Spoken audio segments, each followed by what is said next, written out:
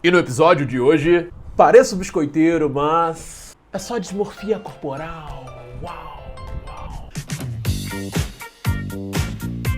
Agora imagina que louco, né? Você acorda, aquela sensação de que todo dia você nem saiu da cama e antes de começar a jogar você já perdeu o jogo, sabe? Você nem escovou os dentes, tu já tá ali na rede social, ó, tipo... Aí começa, né? Aquele show de corpo perfeito, vida perfeita, gente com emprego perfeito, ninguém é CLT, todo mundo viajando o tempo inteiro. Aí você já começa a pensar, né? Caralho, o que eu tô fazendo na minha vida? E pra quem é gay, esse reclaro é ainda mais claro. Não basta ser inteligente, não basta ter um bom emprego, não basta ser uma pessoa legal. Se você não tem um corpo perfeito, a sensação é de invisibilidade. E muitas vezes é até pior, né? Você vira motivo de piada se você é muito fora do padrão. E aí, né, começa aquela conta silenciosa. Caralho, será que se eu tivesse outro corpo, eu teria outra vida? Será que minha vida seria melhor? A gente vive numa sociedade que ter o corpo perfeito deixou de ser só uma superficialidade pra virar uma coisa quase que essencial, uma necessidade básica. Tem que ter um rosto bonito, você tem que ter um corpo bonito, você tem que ter fotos boas, você tem que ter um bom emprego, likes, seguidores, validação...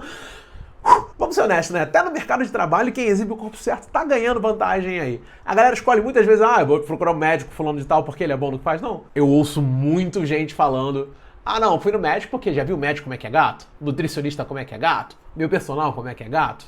Só que isso cria uma ilusão muito perigosa no subconsciente da gente. A gente cria essa ideia de que só quem é bonito pode ser feliz no amor, pode ser feliz no trabalho, pode alcançar o sucesso.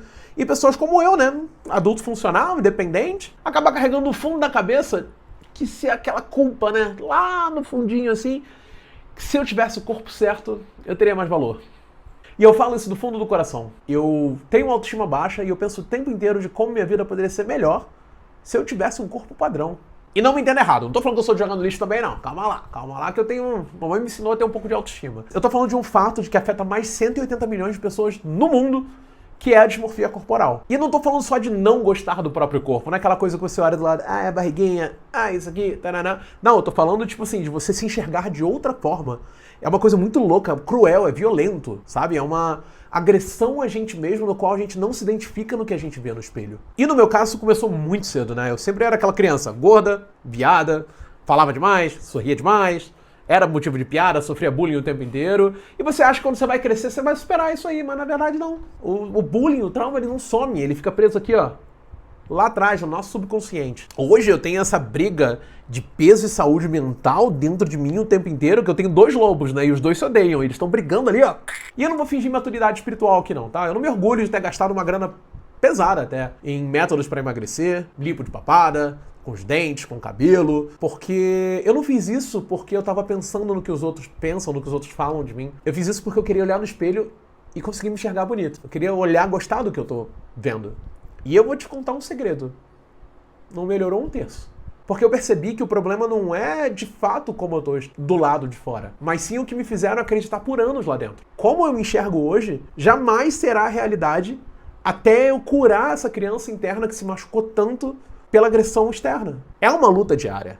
Quem sofre com dismorfia corporal, sofre diariamente. Tem dias que a gente tá melhor, tem dias que minha autoestima tá lá no teto. Tipo, nem eu me reconheço. Eu falo, caralho, você tá gostoso pra caralho hoje, hein? E é isso. Mas a maioria das vezes é eu lutando comigo mesmo pra eu ter coragem de usar uma blusa. Às vezes eu tô animado pra sair com as pessoas e eu desisto, porque me achei gordo naquela roupa. A dismorfia corporal não é vaidade.